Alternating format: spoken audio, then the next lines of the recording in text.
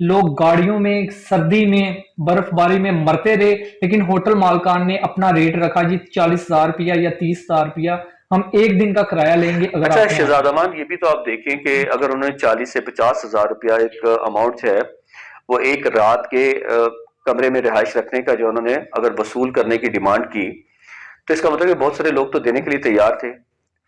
کیا وہ چند ایک لوگ تھے یا سبھی لوگ جو ہے وہ چونکہ انجوائے کرنا چاہتے تھے؟ تاریخ میں پہلی مرتبہ اتنی سنو فالنگ ہوئی ہے مری میں، اس موسم کو لوگ انجوائے کرنا چاہتے تو انہوں نے پیسے کی پرواہ نہیں کی اور انہوں نے ہوٹل رکھنا شروع کیا؟ کیا آپ کہیں گے کہ لو جی انہوں نے بلیک میل کیا، مجبور کیا، اس وجہ سے لوگ جو ہے وہ 40 سے 50 ہزار روپیہ خرچ کرنے کے لیے تیار تھے کیونکہ موسم بہت سرد ہو چکا تھا وہاں پر اور لوگ اپنے پیاروں کو بچانا چاہتے تھے، کسی شیلٹر میں، کسی گرم جگہ پہ، کسی محفوظ مقام پر رکھنا چاہتے تھے، اس لیے انہوں نے 40 سے 50 ہزار روپیہ کرایہ دینا بھی عافیت سمجھی؟ جی بالکل ایسا ہی ہے، دیکھیں اگر یہ کچھ فیملیز وہاں ایسی تھی جن کے پاس اگر 30-40 ہزار روپیہ ہوتا تو وہ شاید اپنے بچوں کو بچا لیتے، ہوں جیسا کہ آپ نے دیکھا کہ برفانی طوفان آیا اور آکسیجن کی وہاں کمی ہوئی جس کی وجہ سے یہ موات واقع ہوئی۔ ہوں دوسری جانب اگر آپ انتظامیہ کی بات کریں تو انتظامیہ کو اس بارے میں پتا تھا، محکمہ موسمیات نے پہلے ہی آگاہ کر دیا تھا کہ برفانی طوفان آئے گا مری میں۔ ٹھیک ہے۔ اگر انتظامیہ کو پتا تھا اس بات کا تو ان کو چاہیے تھا اس کا انتظام کرنا۔ اگر آپ حکومت کی طرف دیکھیں تو حکومت نے بھی صرف میڈیا پہ خبریں چلائی، میڈیا پہ اپنے موقف دیے، جی انتظام کر رہے ہیں، ہیلی کاپٹر جا رہے ہیں، موسم خراب اچھا ہے۔ یہ تو خبر بات کی ہے نا کہ بھی انہوں نے میڈیا پر خبر چلنے کی، لیکن آپ یہاں پر دیکھتے ہیں کہ میڈیا نے کتنا مثبت کردار ادا کیا۔ اگر میڈیا یہ خبر فلیش نہ کرتا تو شاید اس سے بھی زیادہ انسانی جانوں کا نقصان ہو سکتا تھا۔ خبر میڈیا پہ آن ایئر ہوتی ہے تو انتظامیہ حرکت میں آتی ہے، حکومت جو ہے وہاں پر ترتیب مچ جاتی ہے اور وہ یہاں پر انتظامات کے حوالے سے اقدامات کرنے کے لیے تیار ہو جاتے ہیں۔ جی بالکل منصور بھائی، یہ ایسے ہی ہے کہ اگر حکومت ٹائم پہ ایکشن لیتی، حکومت نے کم از کم 36 گھنٹے بعد جو ہے حکومت کے بندے وہاں پہنچے، آرمی کے کچھ جوان وہاں پہنچے اور اس کے بعد وہ لوگوں کو وہاں سے نکالنا شروع کیا جن کی گاڑیاں برف میں مکمل طور پہ جا چکی تھی، ان کی گاڑیاں نکالی، ان فیملیوں کو نکالا، ان کو کھانے پینے کے لیے دیا، لیکن یہ 36 گھنٹے بعد ایکشن لیا گیا۔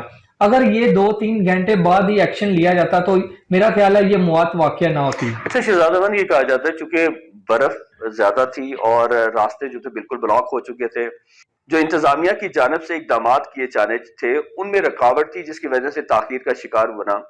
کیا آپ اس میں سمجھتے ہیں کہ ان انتظامات کو پہلے سے ہی دیکھ لینا چاہیے تھا کہ خدا نہ خواستہ اگر اس طرح کا حادثہ کو پیش آتا ہے تو انتظامیہ کی مشینری وہاں پر سائٹس پر موجود ہوتی، جہاں پر ابھی تو دیکھا کہ بھی بہت سارے وہاں پر یہ خبریں موصول ہو رہی ہیں کہ وہاں پر ایک جیپ موجود تھی، وہاں پر ایک ٹرک موجود تھا جس کی وجہ سے وہ لوگوں کو ریسکیو بھی کر رہے تھے، ریسکیو سینس میں کہ بھی وہ دیکھتے تھے کہ بھی راستہ بلاک ہو چکا ہے اور آتے تھے اور آ کے کہتے تھے کہ جناب ہم آپ کی گاڑی جو ہے نا یہاں سے دوسری طرف لے کے چلے جاتے ہیں، ہم 3,000 لیں گے یا 5,000 روپے لیں گے۔ جب وہاں پر مقامی لوگ جو یہ کام کر سکتے تھے تو انتظامیہ کو چاہیے تھا کہ اس طرح کی صورتحال سے پہلے ہی اپنے انتظامات مکمل کر لیتے۔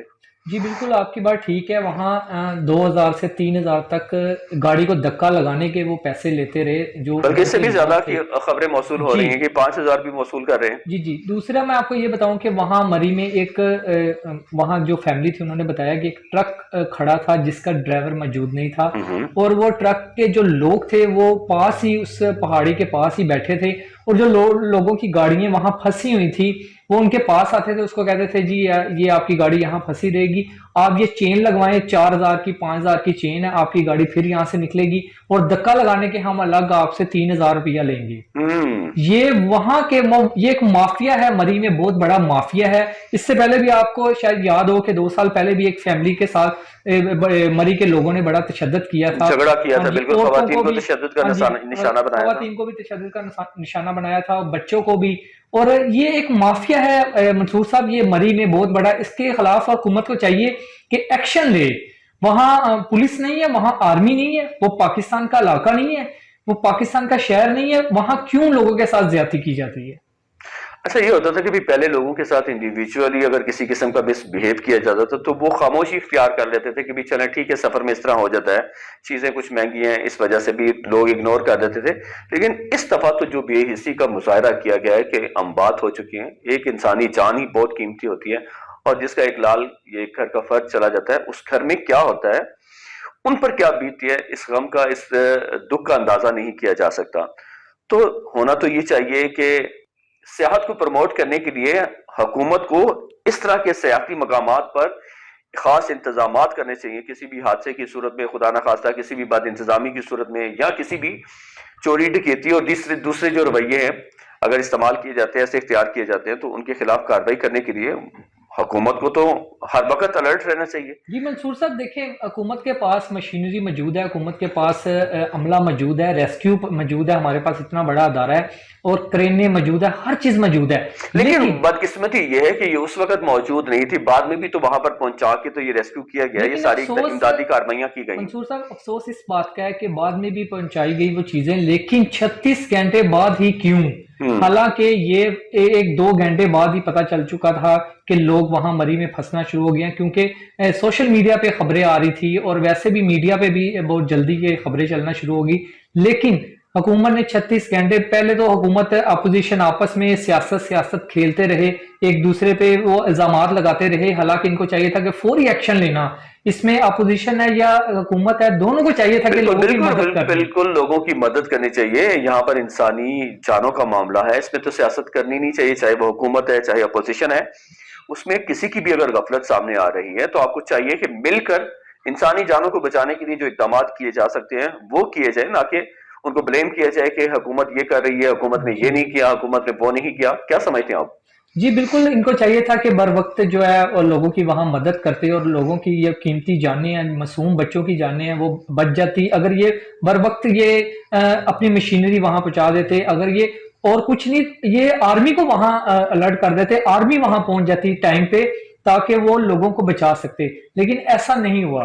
شہزاد امان، آپ کیا سمجھتے ہیں کہ یہ تھوڑی سی اگر غفلت جو یہاں پر برتی گئی جس میں قیمتی انسانی جانوں کا ضیاع ہوا، صرف آرمی ہی اپنا کردار ادا کر سکتی تھی؟ اگر انتظامیہ، پولیس اور مقامی جو ادارے ہیں وہ اگر اپنے فرائض سر انجام دیتے ایمانداری کے ساتھ، تو کیا یہ حادثہ پیش آ سکتا تھا؟ نہیں جی بالکل، کبھی بھی نہیں ایسا ہونا تھا. لیکن وہاں آپ دیکھیں کہ لوگ جو مری میں پھنسے سے سوشل میڈیا پہ انہوں نے اپنی ویڈیوز اور اپنے پیغامات جو ہے، وہ کچھ فیملی ایسی ہیں جو چند گھنٹے پہلے وہ اپنے پیغامات جو ہے سوشل میڈیا پہ سینڈ کر رہے ہیں، تو چند گھنٹے بعد ہی پتہ چلتا ہے کہ اس فیملی کی ڈیتھ ہو گئی ہے. وہاں اگر منصور صاحب بر وقت انتظامیہ وہاں پہنچ جاتی یا گورنمنٹ الرٹ ہو جاتی، آرمی وہاں پہنچ جاتے، ہیلی کاپٹر پہنچ جاتے، تو میرا نہیں خیال تھا کہ اتنا بڑا یہ نقصان ہوتا. بالکل شہزاد امان، آپ کی بات درست ہے کہ اگر یہاں پر بر وقت انتظامات کیے جاتے بہت سی قیمتی جانوں کے ضیاع سے بچایا جا سکتا. اچھا، ایک اور بڑی اہم بات ہے، ابھی کل کی خبر ہے کہ آئمہ بیگ جو ہماری ملک کی ایک بڑی گلوکارہ ہے، نامور ہیں، معروف ہیں، کافی اس وقت مصروف بھی ہیں، انہوں نے انکم ٹیکس ادا نہیں کیا تو ان کو نوٹس جاری کر دیا گیا ہے، اور ان کا انکم ٹیکس بھی تقریباً 8 کروڑ سے بھی زیادہ جو ہے وہ اس وقت خبریں جو ہمارے سامنے آ رہی ہیں. اچھا، سوال یہ پیدا ہوتا ہے کہ انکم ٹیکس یہاں پر ایک فنکار یا دوسری شخصیت پر لاگو ہوتا ہے، تو کیا مری میں جو کاروبار کر رہے ہیں، اتنا ریونیو اکٹھا کرتے ہیں، وہ بزنس کرتے ہیں، کاروبار کرتے ہیں، تو وہ بھی انکم ٹیکس دیتے ہیں، یا یہ متعلقہ جو ادارے ہیں ان کو بھی کسی قسم کے نوٹسز بھیجتے ہیں یا نہیں بھیجتے ہیں؟ دیکھیں جی، اگر آپ آئمہ بیگ کی بات کریں تو وہ ایک آرٹسٹ ہے، اس کا اگر 8 کروڑ روپیہ ٹیکس بنا ہے تو وہ ان کے معاملات ایسے ہوتے ہیں کہ وہ نہ تو 8 کروڑ دے گی آئمہ بیگ، اور نہ ہی اس کا کلیئر وہ ٹیکس جائے گا، وہ پھر بھی ریلیز ہو جائے گی.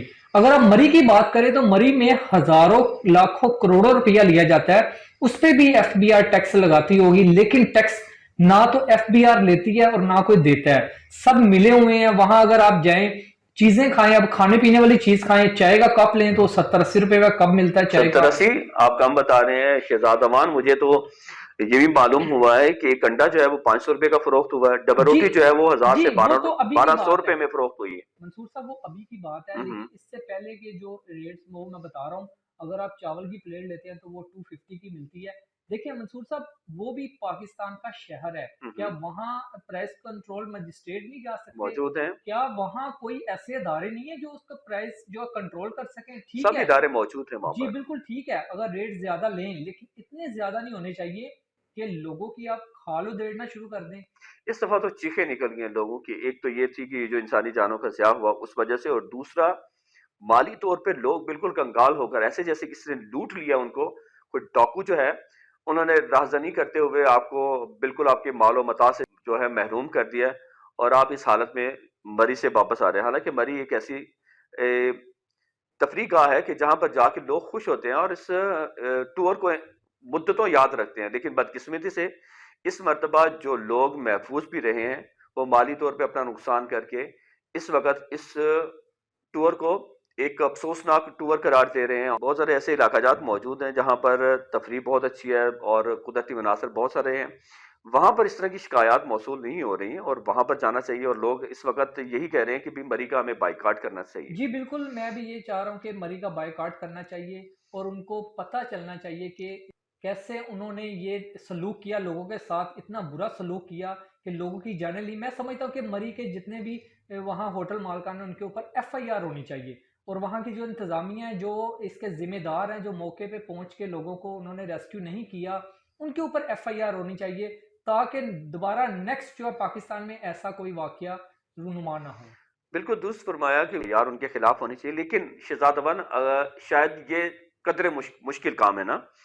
ایف آئی آر ہوگی، اس کے بعد کیس چلے گا، پھر کوئی لوگ پیروی کریں گے، کوئی نہیں پیروی کریں گے، اس کے بعد پھر یوں کا توں سلسلہ چلتا رہے گا. تو کیا یہ زیادہ آسان راستہ نہیں ہے کہ اگر ہم مری کا بائیکاٹ کر دیتے ہیں؟ ہمارے بہن بھائی جتنے بھی عزیز و اقارب ہیں، دوست احباب ہیں جو مری جاتے ہیں سیر و تفریح کے لیے اور بھاری بھاری رقم بھی خرچ کرتے ہیں اور وہاں سے پریشان ہو کر واپس آتے ہیں، تو اگر مکمل طور پر کئی ماہ تک بلکہ کئی سال تک اگر بائیکاٹ کریں تو میرا خیال ہے کہ صورتحال جو ہے وہ کافی حد تک بہتر ہو سکتی ہے. جی بالکل، مری کا بائیکاٹ کرنا چاہیے. میں بھی سب کو یہ میسیج دوں گا کہ مری کا بائیکاٹ کریں. اس سے اچھی اچھی خوبصورت جگہ پاکستان میں موجود ہے، اور یہ اگر یہ مری کا بائیکاٹ جب تک نہیں کریں گے تب تک یہ مافیا جو ہے یہ ٹھیک نہیں ہوگا. مری کا بائیکاٹ کریں گے تو یقیناً اس کے اثرات جو ہیں بہت مثبت ملیں گے عام لوگوں کے لیے، اور ہر شخص جو ہے وہ اپنی فیملی کے ساتھ مری کو انجوائے بھی کر سکتا ہے. اس کے ساتھ ہی اپنے میزبان محمد منصور ممتاز اور ٹرو سٹوری کی پوری ٹیم کو اجازت دیجیے. اللہ حافظ. پاکستان زندہ باد، اسلام زندہ باد، ختم نبوت زندہ باد.